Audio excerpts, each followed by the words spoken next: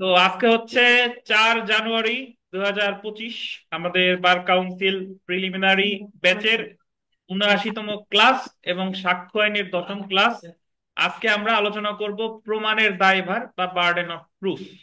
এই প্রমাণের দায়ভার এই অধ্যায়টা, এটা দেখেন উপরে ডান পাশে লেখা 101 থেকে 111, বাট প্রকৃতপক্ষে এটা 101 থেকে 111 না। পরে ঠিকঠাক ভাবে লেখা আছে, দেখেন সাক্ষ্য আইনের 101 থেকে 114 ধারায় প্রমাণের দায় সম্পর্কে বলা হয়েছে। তো প্রমাণের দায় এই যে যে অধ্যায়টা, এটা 101 থেকে কত পর্যন্ত বলেন? 114। তো প্রমাণের দায়ভার আসলে কি, এটা এখানে আমাদের আহ দুইটা জিনিস আছে, একটা হলো বার্ডেন অফ প্রুফ আর একটা হলো onus of proof. Burden of proof মানে হলো প্রমাণের দায়ভার, আর ওনাস অফ প্রুফ মানে হচ্ছে প্রমাণ দাখিলের দায়ভার। তো আগে বার্ডেন অফ প্রুফ কি, এটা আমরা একটু বুঝি। বার্ডেন অফ প্রুফ মানে হলো যে কোনো মামলা কাকে প্রমাণ করতে হবে।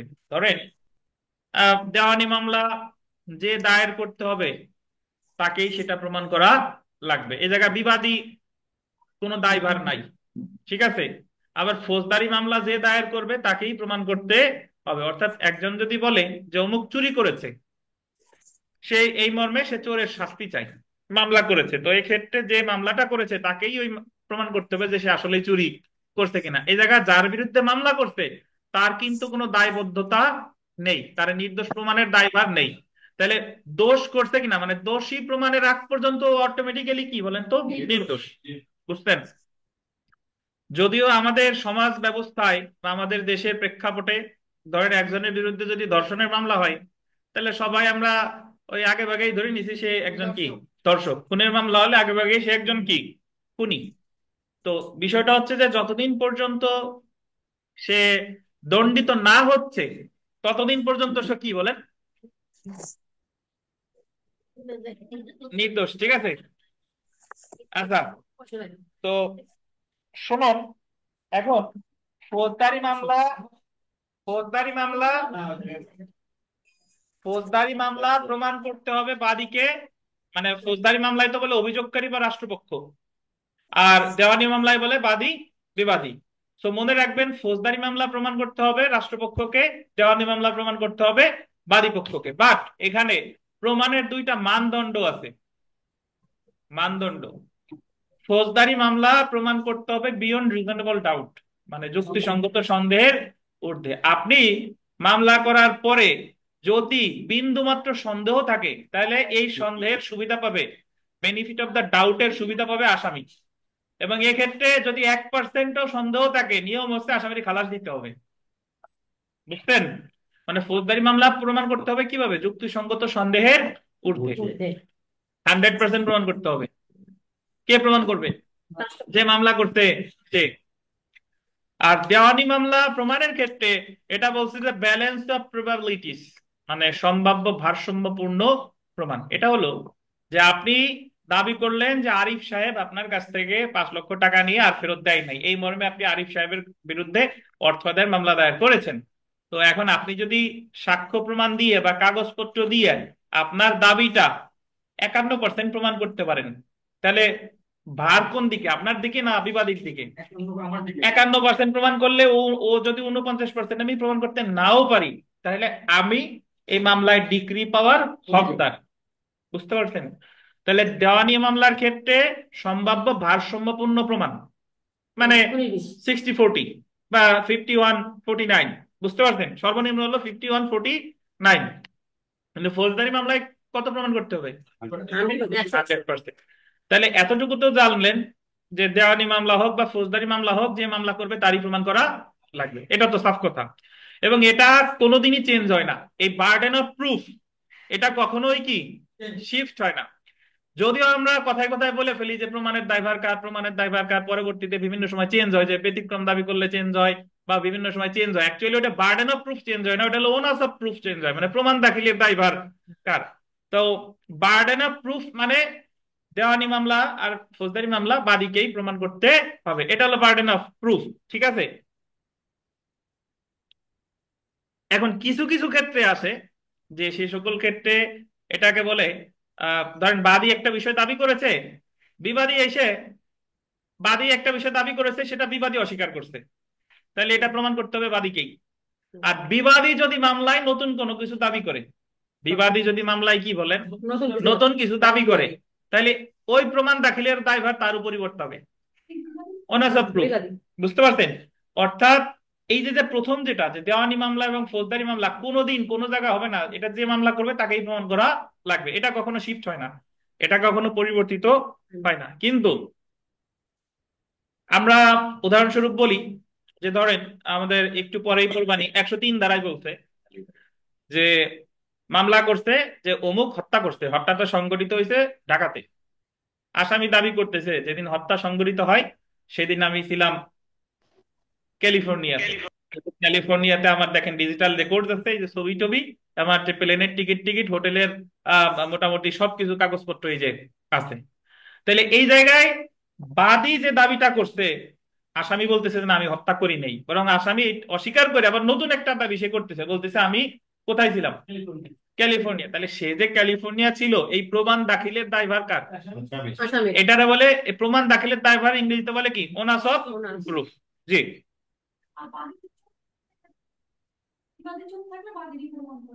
কোনটা? নতুন করে না করলে বাদী, হ্যাঁ তাহলে বাদী। বিবাদী ধরেন নতুন কোনো দাবি করে নাই, কিন্তু বাদী যা দাবি করছে বিবাদী সেটা অস্বীকার করছে, তাহলে বাদীকেই প্রমাণ করতে হবে। বুঝতে পারছেন? আর বাদী যা দাবি করছে বিবাদী যদি সেটা স্বীকার করে নিত, তাহলে তো বাদী প্রমাণ করার দরকার নাই। বুঝতে পারছেন? মানে সূত্রটা হলো খুব সোজা, যে যে দাবি করছে অপর পক্ষ যদি অস্বীকার করে, তাহলে যে দাবি করছে তারই সেটা প্রমাণ করা লাগবে। বুঝছেন? তাতে ওই দাবিটা বাদী করুক আর বিবাদী করুক। বিবাদী ধরেন নতুন একটা দাবি করছে, বাদী সেই দাবিটা কি করছে? অস্বীকার করছে, তাহলে প্রমাণ করতে হবে কাকে? বিবাদীকে। ক্লিয়ার? তো একটা জিনিস এখানে দেখেন যে প্রমাণ দাখিলের দায়ভার শিফট হয়, আমরা বিভিন্ন সময় পড়বানি বিস্তারিত, কিন্তু বার্ডেন অফ প্রুফ কখনো কি হয় না?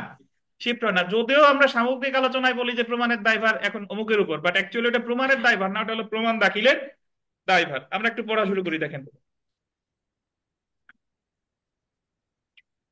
প্রমাণের দায়ভার অর্থ, সাধারণ অর্থে প্রমাণের দায়ভার অর্থ হলো প্রমাণ দাখিলের দায় বা দায়িত্ব। প্রমাণের দায়ভার অর্থ হলো মকদ্দমার কোনো পক্ষের কোনো বিচার্য তথ্য বা তথ্যাবলী প্রমাণ করার দায়িত্ব। এই যে দেখেন প্রমাণের মানদণ্ড, একটি বিষয় কখন প্রমাণিত হয়েছে বা একটি বিষয় কখন প্রমাণিত বলে আদালত গণ্য করবে তা প্রমাণের মানদণ্ডের উপর নির্ভর করে। অর্থাৎ কোনো পক্ষ একটি বিষয়কে এমন পর্যায়ে প্রমাণ করবে যেন আদালত বিষয়টি প্রমাণিত বলে গণ্য করতে পারে। ফৌজদারি এবং দেওয়ানি মামলায় প্রমাণের পরিমাণ বা মাত্রার গোল দেবেন দুইটি মানদণ্ড আছে। ফৌজদারি এবং দেওয়ানি মামলার প্রমাণের কয়টা মানদণ্ড আছে? দুইটা। প্রথমটা দেখেন, ফৌজদারি মানদণ্ড যা যুক্তিসঙ্গত সন্দেহের ঊর্ধ্বে, আন্ডারলাইন করবেন, প্রমাণ বা সন্দেহাতীত প্রমাণ। কি প্রমাণ বলেন? Proof beyond reasonable doubt. Proof beyond কি? Reasonable doubt. এই জায়গায় ডাউট বানানটা বি দেওয়া আছে, যার বি দেওয়া আছে সে একটু ডি ডি বানাই দেন। পাইছেন? কারো কি বি দেওয়া আছে? হ্যাঁ, ডাউট হবে, প্রুফ বিয়ন্ড রিজনেবল ডাউট। আপনারা একটু যদি আমি আপনাদের মনে করাই দিই, দেখেন আমরা প্রমাণ রে তিন ভাগে ভাগ করছিলাম না? প্রমাণিত, প্রমাণিত নয়, আর একটা কি ভুল বলে প্রমাণিত। তো ভুল বলে প্রমাণিত বা প্রমাণিত নয়, এই দুইটার ক্ষেত্রে সুবিধা পাই কে? আসামি। এই দুইটা ক্ষেত্রে আসামি খালাস পায়, এই দুইটা ক্ষেত্রে আসামি খালাস পায়। প্রমাণিতর ক্ষেত্রেই আসামি শুধু কি পায়? শাস্তি পায়। এখন একটা মামলায় এই প্রমাণিত, ভুল বলে প্রমাণিত, প্রমাণিত নয়, তিনটা অবস্থার যে কোনো একটা অবস্থারই সৃষ্টি হবে, তিনটা অবস্থার দুইটাও সৃষ্টি হওয়ার কোনো সম্ভাবনা নাই। যে কোনো কি হয়, কোনো মামলা প্রমাণিত হবে, হয় কোনো মামলা ভুল বলে প্রমাণিত হবে, হয় কোনো মামলা প্রমাণিত নয়।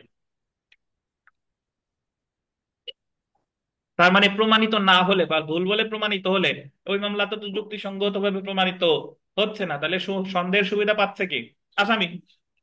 আচ্ছা, এবং দেওয়ানি মানদণ্ড যার সম্ভাব্য ভারসাম্যপূর্বক প্রমাণ, অন ব্যালেন্স অফ প্রবাবিলিটিস করা হলে গণ্য হয়। মানে ব্যালেন্স অফ প্রবাবিলিটিস মানেই আপনি মনে রাখবেন দাঁড়িপাল্লা। দাঁড়িপাল্লা যে পাত যেটা ভারী হবে সেটা হলো ব্যালেন্স অফ প্রবাবিলিটিস এর উদাহরণ। বুঝতে পারছেন? সো দেওয়ানি মামলা 100% প্রমাণের কি প্রয়োজন আছে? দেওয়ানি মামলা 100% প্রমাণের প্রয়োজন নাই। তো এখন আপনারা আবার এই কথা বললে আবার অনেক কথা চলে যায়, মানে অনেক কথা বলতে হয়, তারপরেও একটু বিথিকারে জিজ্ঞেস করবানি, বিথিকা পারবে না। দেখেন প্রথমে আমি ভবিষ্যৎবাণী করে নেই, বলেন তো বিথিকা, যে ফৌজদারি মামলা কেন করে আর দেওয়ানি মামলা কেন করে? ফৌজদারি তো স্যার ক্রিমিনাল, এই মারামারি হ্যাঁ, বলেন বলেন কেন করে? মানে বিচার পাওয়ার জন্য ওইটা, আর ফৌজদারি বিচার পার মানে বিচার তো পাবেন, বাট ফৌজদারি মামলার মাধ্যমে কি হচ্ছে আর দেওয়ানি মামলার মাধ্যমে আপনার প্রাপ্তি কি? দেয় নিতেছে। আমি যেটা চাচ্ছি মানে জায়গা জমি বিষয়ে আর কি, হ্যাঁ। অর্থের বিষয়ে। আচ্ছা, আমি একটু সহজ করে দিই আপনারে। ধরেন এই জায়গায় আপনারে একটা, ধরেন আপত্তিকর কথা বলছে, আপনি অপমানিত বোধ করছেন, যেহেতু অনেক মানুষের সামনে, মানহানি হইতে হইলে মানুষের সামনে বলা লাগে। ব্যক্তিগতভাবে দুইজন থাকলে যদি বলতো সেটা কি হতো, মানহানি হতো না। হতো না। ধরেন, তো এখন তার বিরুদ্ধে এই যে যে মানহানিকর বক্তব্য আপনার বিরুদ্ধে দিছে, এখন আপনি দেওয়ানি মামলাও করতে পারেন তার বিরুদ্ধে, ফৌজদারি মামলাও করতে পারেন। এখন আপনি কোনটা করবেন? আর যদি আমি শাস্তি চাই হ্যাঁ। তাহলে ফৌজদারি। হ্যাঁ। আর যদি আমি না শাস্তি দরকার নেই, আমার যা আছে তাই দিয়ে দিই, যে কি কি? ক্ষতিপূরণ, টাকা পয়সা নিয়ে তো চুক্তি থাকে ওর সঙ্গে আমার। চুক্তি নাই, ও মানে তো চুক্তি নাই, মানে আমার ওই অপমানের যে যে আমার এত কোটি টাকা ক্ষতি হয়েছে, যেটা ক্ষতি হয়েছে, তাহলে ক্ষতিপূরণ চাই। ক্ষতিপূরণ চাই। এই যে, তাহলে ফৌজদারি মামলার মাধ্যমে আসামি পাচ্ছে শাস্তি, আর হ্যাঁ, দেওয়ানি মামলার মাধ্যমে আমি পাচ্ছি প্রতিকার বা ক্ষতিপূরণ। প্রতিকার, হ্যাঁ। তো বুঝতে পারছেন যে কেন ফৌজদারি মামলা করে আর কেন দেওয়ানি মামলা করে? আপনার কাছে থেকে একজন জোরপূর্বক মোবাইল নিয়ে গেছে, এখন আপনি যদি তার বিরুদ্ধে ধরেন দস্যুতার মামলা করলেন বা চুরির মামলা করলেন বা চাঁদাবাজি মামলা করলেন, তাতে ওই লোকের কিন্তু, ওই লোক আপনার মোবাইল দিবে না, ওই লোক আপনার দিবে কি? আদালত তারে দিবে সাজা। আর তার কাছ থেকে যদি আপনি ওই মোবাইলটাই চান, তাহলে কি মামলা করতে হবে? দেওয়ানি মামলা। ধন্যবাদ। তো ফৌজদারি মামলার মানদণ্ড দেখেন, অপরাধ আইন বিজ্ঞানের একটি মৌলিক নীতি হলো যে একজন অভিযুক্তকে নির্দোষ বলে গণ্য করা যতক্ষণ পর্যন্ত না সে বিচারের মাধ্যমে দোষী বলে প্রমাণিত হয়। ফৌজদারি মামলার ক্ষেত্রে অভিযুক্ত ব্যক্তির দোষ যুক্তিসঙ্গত সন্দেহের ঊর্ধ্বে প্রমাণ, প্রুফ বিয়ন্ড রিজনেবল ডাউট করতে হবে। যুক্তিসঙ্গত সন্দেহ অর্থ হলো, আন্ডারলাইন করবেন, এমন একটি সন্দেহ যার জন্য কোনো যুক্তি দেখানো যায়। সুতরাং যুক্তিসঙ্গত সন্দেহের ঊর্ধ্বে প্রমাণ বা সন্দেহাতীত প্রমাণ অর্থ হলো এমন প্রমাণ যেখানে কোনো যুক্তি দেখানো যায় না। যদি কোনো যুক্তি দেখানো যায় তাহলে সেটা যুক্তিসঙ্গত সন্দেহের ঊর্ধ্বে প্রমাণ না। ফৌজদারি মামলায় যুক্তিসঙ্গত সন্দেহের ঊর্ধ্বে অভিযুক্তকে দোষী বলে প্রমাণের ভার বল দিবেন প্রসিকিউশন পক্ষের উপর বর্তায়। প্রসিকিউশন পক্ষ মানে কি? রাষ্ট্রপক্ষ। এবং এই প্রমাণের ভার কখনো পরিবর্তন হয় না। অর্থাৎ রাষ্ট্রপক্ষ বা অভিযোগকারী পক্ষ সর্বদা প্রমাণ করবে যে অভিযুক্ত ব্যক্তি দোষী। ফৌজদারি মামলায় অভিযুক্তকে নির্দোষ প্রমাণ করার ভার অভিযুক্ত ব্যক্তির উপর বর্তায়। অর্থাৎ একটা ফৌজদারি মামলায়, ধরেন বিমল সাহেব বলেন, একটা ফৌজদারি মামলায় আসামি সাফাই সাক্ষী দিতে পারে, মানে আসামি নিজের পক্ষে সাক্ষ্য দিতে পারে, কিন্তু আসামি সাফাই সাক্ষী দিতে মানে সাফাই সাক্ষী দিয়ে সে যে নির্দোষ প্রমাণ করতে পারে নাই, তাহলে আসামি কি শাস্তি অবশ্যই পাবে কিনা বলেন? বললাম যে একটা ফৌজদারি মামলায় আসামি তো সাফাই সাক্ষী, বুঝেন তো, আসামি নিজের পক্ষে সাক্ষী দেবে যে আমি খুনটা করি নাই। তো সে সাফাই সাক্ষী দিয়ে আদালতে ব্যর্থ হয়েছে বুঝাইতে যে আসলেই সে খুন করে না, এটা সে সাফাই সাক্ষী দিয়ে প্রমাণ করতে পারে নাই। এখন আসামির কি খালাস পাওয়ার কোনো সম্ভাবনা আছে কিনা?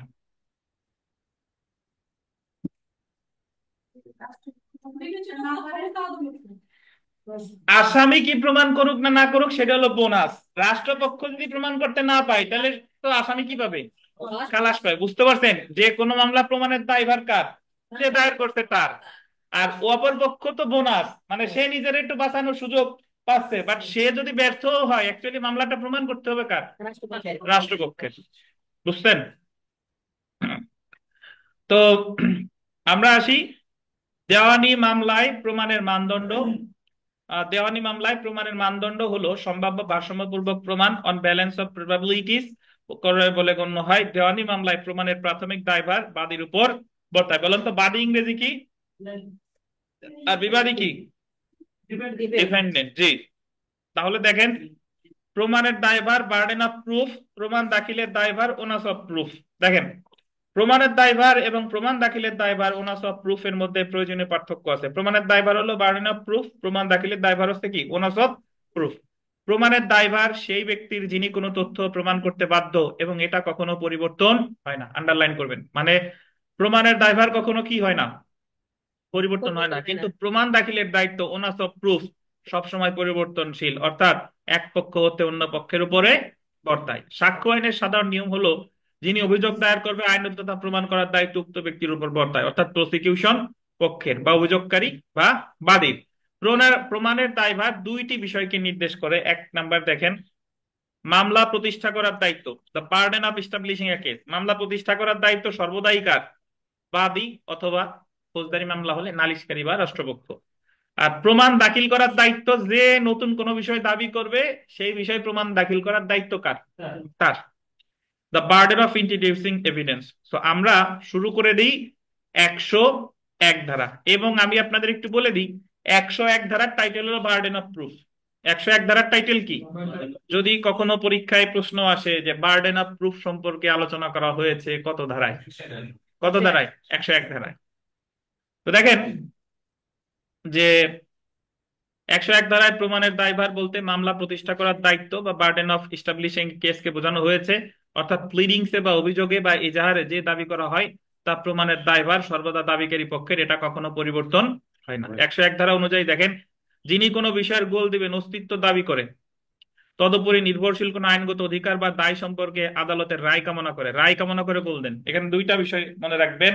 যিনি কোনো বিষয়ের অস্তিত্ব দাবি করে আদালতের কি কামনা করে? রায় রায়। কামনা করে। তিনি সেই বিষয়ের অস্তিত্ব অবশ্যই প্রমাণ, মানে যদি কোনো ব্যক্তি কোনো বিষয়ের অস্তিত্ব দাবি করে আদালতের রায় কামনা করে, তাহলে যে অস্তিত্ব দাবি করতেছে তাকেই ওই বিষয়টা প্রমাণ করা লাগবে। লাগবে। কোনো ব্যক্তি যখন কোনো বিষয়ের অস্তিত্ব প্রমাণ করতে বাধ্য থাকে তখন বলা হয় যে বিষয়টি প্রমাণ করার দায়িত্ব সেই ব্যক্তির উপর ন্যস্ত। উদাহরণে চলে আসি, দেখেন উদাহরণ ভালো বুঝবেন। আরিফ বলে যে বিথিকা চন্দনকে হত্যা করেছে। আরিফ বলতেছে যে বিথিকারে দেখছি সে চন্দনকে হত্যা করেছে। আরিফ আদালতের নিকট বিথিকার শাস্তির জন্য রায় কামনা করে। আরিফ বলতেছে যেহেতু বিথিকা হত্যা করেছে তাই বিথিকার শাস্তি হোক। বিথিকা যে চন্দনকে হত্যা করেছে তা প্রমাণের দায়ভার কার? আরিফের। তাহলে আরিফ দাবি করতেছে ঘটনার অস্তিত্ব কি, যে বিথিকা হত্যা করতে কারে? চন্দনকে। তাহলে আরিফ যে মানে বিথিকা যে আসলেই হত্যা করছে এটা প্রমাণ করবে কে? আরিফ। আরিফ। বুঝছেন? তো এই যে যে উদাহরণটা, এটা হলো ফৌজদারি মামলার উদাহরণ। আপনি দেওয়ানি মামলার উদাহরণও দিতে পারেন, যে আরিফ সাহেব বলতেছে যে বিমল সাহেব দলবল নিয়ে এসে আমারে অমুক তারিখে 1 জানুয়ারি 2025 বেদখল করছে।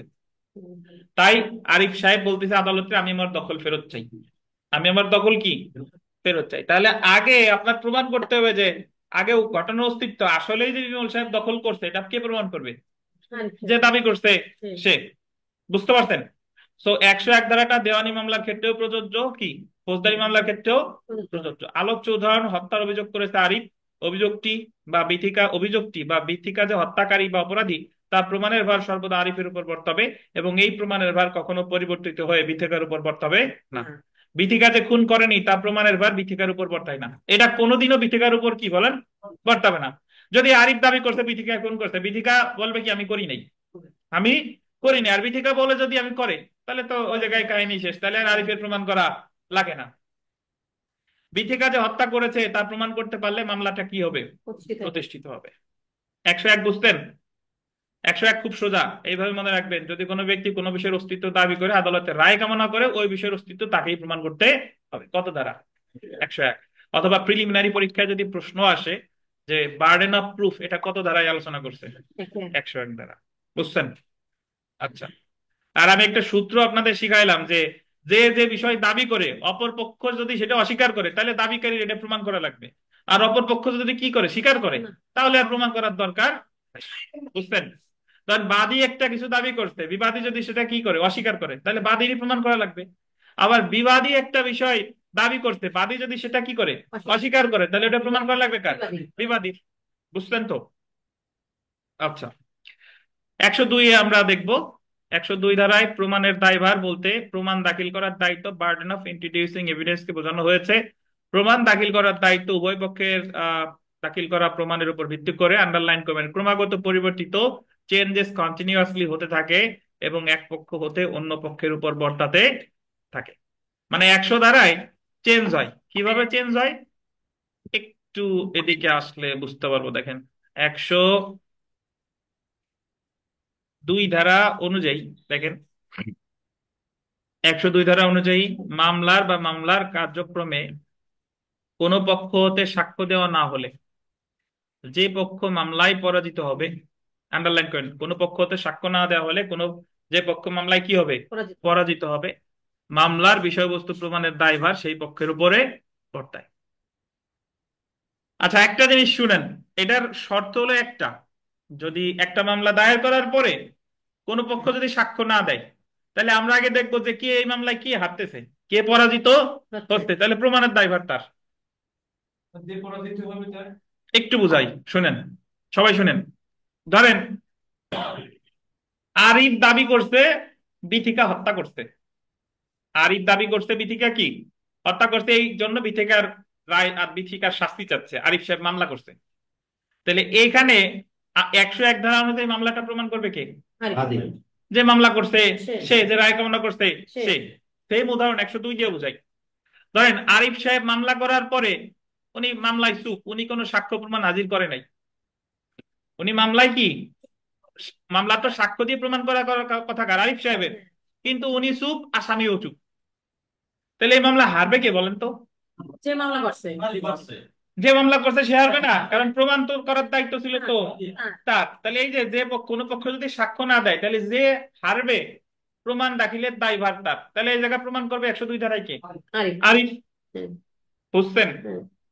তাহলে 101-এ হলো যে দাবি করছে তারই প্রমাণ করতে হবে, আর 102-এ বললো যে যদি কেউ কোনো কিছু দাবি করে চুপ থাকে, মামলায় যে পরাজিত হবে প্রমাণ করতে হবে তাকেই।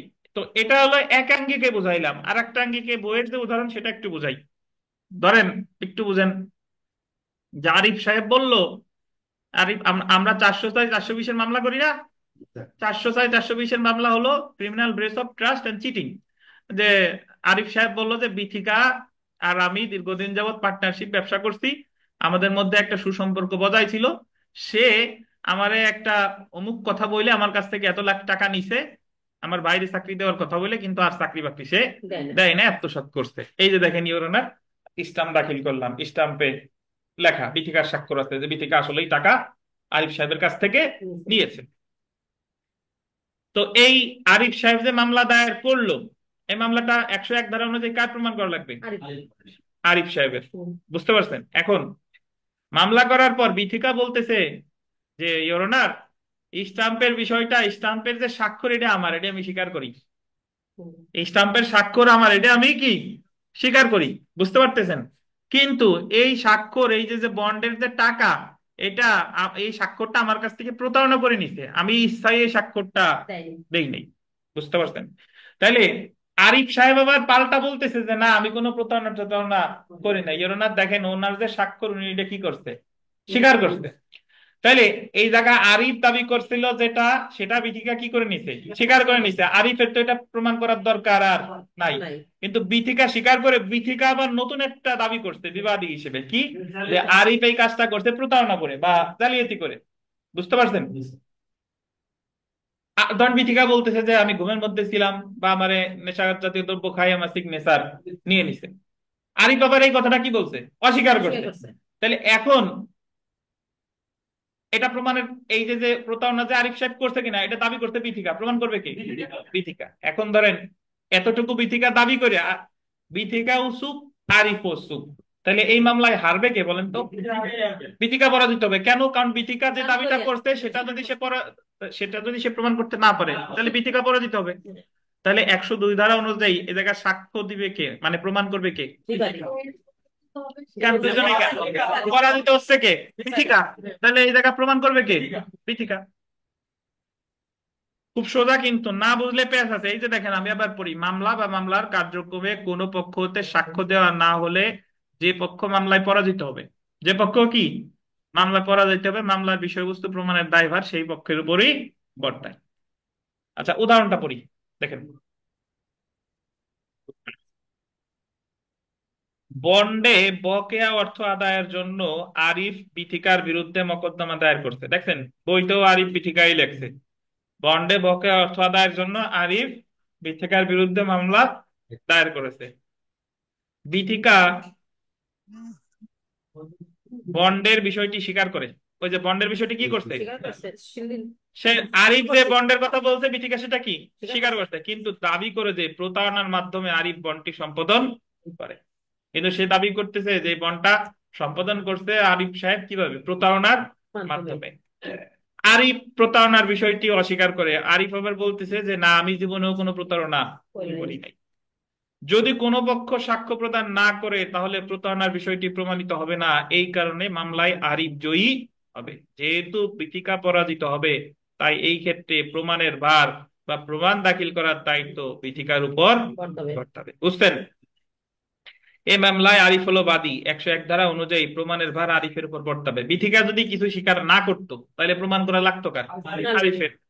কিন্তু 102 ধারা অনুযায়ী প্রমাণের ভারটি পরিবর্তন হয়ে বিথিকার উপর অর্পিত হয়েছে। অ্যাকচুয়ালি প্রমাণের ভার, এটা বলা যায় কি, প্রমাণ দাখিলের ভারটি পরিবর্তিত হয়ে কার উপর বর্তাইছে, বিথিকার উপর। এখানে বিথিকার উপর প্রমাণের দায়ভার অর্থ হলো প্রমাণ দাখিল করার দায়িত্ব বা বন্ডটি যে প্রতারণার মাধ্যমে সম্পাদন করা হয়েছে সেই সম্পর্কে প্রমাণ দাখিল করার দায়িত্ব। আচ্ছা, যদি এরকম হতো যে আরিফ যে দাবিটা করছে বিথিকা সেটা স্বীকার করে, বিথিকা নতুন একটা করি নাই। দাবি করছে, নতুন একটা দাবি করছে প্রতারণার, আরিফ যদি সেটা স্বীকার করে, আরিফ যদি আবার নতুন একটা দাবি করে, বিথিকা যদি অস্বীকার করে, সেটা প্রমাণ করবে কে, আগে নেই। আরিফ। হুম। মোদ্দা কথা আমি দেখবো কে দাবি করছে আর অপর পক্ষ স্বীকার করছে নাকি অস্বীকার করছে। স্বীকার করলে তো আর আমার কিছু দরকার নাই, আর অস্বীকার করলে ওইটা আমারই প্রমাণ করা লাগবে। তা দাবি করে যদি চুপ করে থাকে তাহলে সেই পরাজিত হবে। হ্যাঁ, আর সেটাই। আপনি একটা কথা বলে যে, হুম। হ্যাঁ, হতে পারে যে কোনো, এও হতে পারে বিয়ে হতে পারে। হ্যাঁ, হ্যাঁ হ্যাঁ। আপনি একটা দাবি, বিথিকা একটা দাবি উত্থাপন করে যে আরিফ সাহেবের বন্ড ঠিক আছে, বাট আরিফ দাদা আমার কাছ থেকে প্রতারণা করে বন্ডে সিগনেচার নিছে। আরিফ সাহেব বললো যে না বিথিকা, তুমি এরকম কথা তুমি বলো ঠিকই না, দিছো। তুমি ঠিকই দিছো। আরিফ সাহেব অস্বীকার করছে, তাহলে আরিফ তো আপনার কথা মানতেছে না। হুম। তাহলে আপনি যে ঠিক আছেন বা আরিফ সাহেব যে প্রতারণা করছে এটা যে দাবি করতে, বিথিকা দাবি করছে, হুম, তাহলে তাহলে আমার প্রমাণ প্রমাণ। করা লাগবে কার, হুম। বিথিকার। এখন বিথিকা দাবি করে যদি চুপ করে থাকে তাহলে মামলায় হারবে কে, বিথিকা। তাহলে 102 ধারা অনুযায়ী যে কেউ যদি সাক্ষ্য প্রদান না করে যে পরাজিত হবে, তাই প্রমাণ প্রমাণ করা দাখিলের লাগবে। দায়ভার কার, তার। তাই। বুঝছেন? হুম। জেনে রাখা ভালো। দেখেন, সুতরাং 101 ধারায় প্রমাণের দায়ভার কখনো পরিবর্তন হয় না, কিন্তু 102 ধারায় প্রমাণের দায়ভার পরিবর্তন বা শিফট হয়। বিগত বছরের প্রশ্ন একটা দেখেন যে সাক্ষ্য আইনের কোন ধারায় প্রমাণের দায়িত্ব সংক্রান্ত বিধান আছে, কোন ধারায়, কত ধারা বলেন, 101। একটা প্রশ্ন দেখেন, 2 নাম্বার, আরিফ বলে যে বিথিকা একটি অপরাধ করেছে। এখন আরিফ চাই আদালতের রায় বিথিকার সাজা হোক, মানে কোন বক্তব্যটি সঠিক? এটা আরিফকে অবশ্যই প্রমাণ করতে হবে যে বিথিকা অপরাধটি করেছে। করেছে। এটা কত ধারা বলেন তো, হ্যাঁ। 101। যদি কোনো ব্যক্তি কোনো বিষয়ের অস্তিত্ব দাবি করে আদালতের কি কামনা করে, বিচার। রায় কামনা করে, তাহলে ওই ঘটনার অস্তিত্ব তাকেই প্রমাণ করতে হবে। এটা কত, 101। জি। তো এরপরে আমরা চলে আসি, দেখেন 103-এ চলে আসি সরাসরি।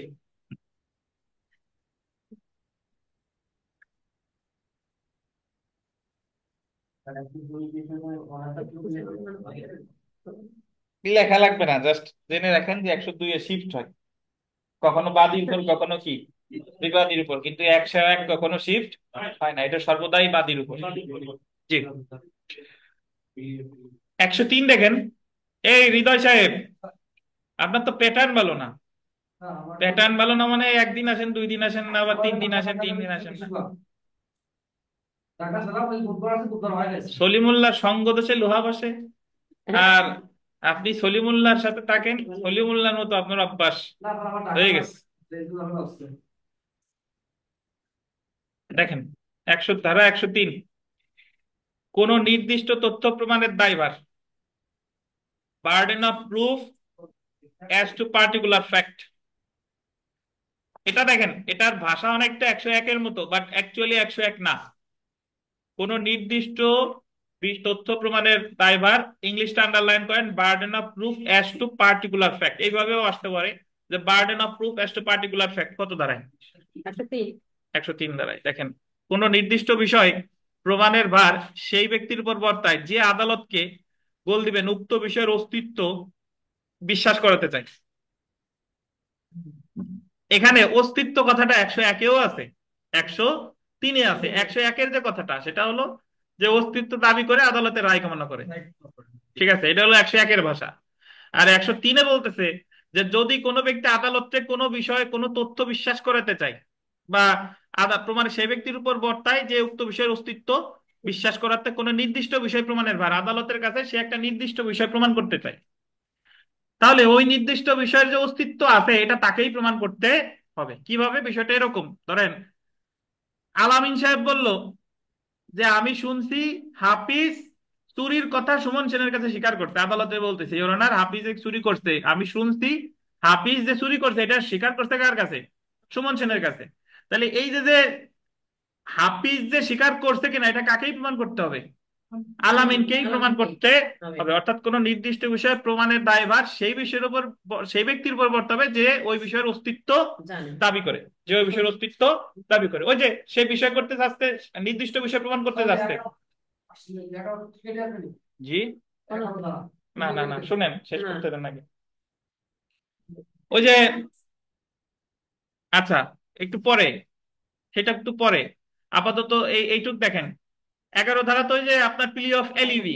তো এলিবি 103, আমরা শুধু প্লি অফ এলিবি নিয়ে পড়ে থাকি। 103 তো শুধু প্লি অফ এলিবি না, এই জায়গায় যে কোন নির্দিষ্ট বিষয় যে দাবি করে সেই বিষয়ের অস্তিত্ব তাকেই প্রমাণ করতে হবে, এই ভাষাটুকু মনে রাখেন। এবং এখানে আমরা জানি যে এই যে যে এই উদাহরণটা যে অমুক চুরির কথা অমুকের কাছে স্বীকার করছে, এই কারণে এইটা যদি আপনি দাবি করেন তাহলে সে যে আসলেই চুরির কথা স্বীকার করছে এটা আপনাকেই প্রমাণ করতে হবে। এটা 103, বুঝছেন?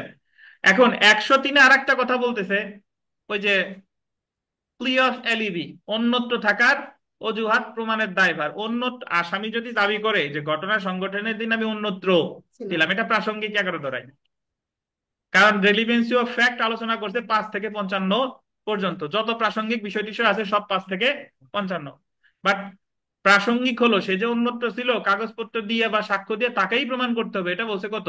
103 প্রমাণ করতে হবে। তাহলে এই যে যে সে যে অন্যত্র ছিল এই নির্দিষ্ট বিষয়ে প্রমাণ করতে চাচ্ছে, তাহলে এই সে যে অন্যত্র ছিল এটার অস্তিত্ব কাকেই প্রমাণ করতে হবে? তাকেই তাকেই। প্রমাণ করতে হবে। কত ধারায়? 103 ধারায়। এই যে দেখেন, সো আপনি দুইটা জিনিস মনে রাখবেন, অস্তিত্ব রায়, অস্তিত্ব দাবি করে রায় কামনা করতেছে 101, এক।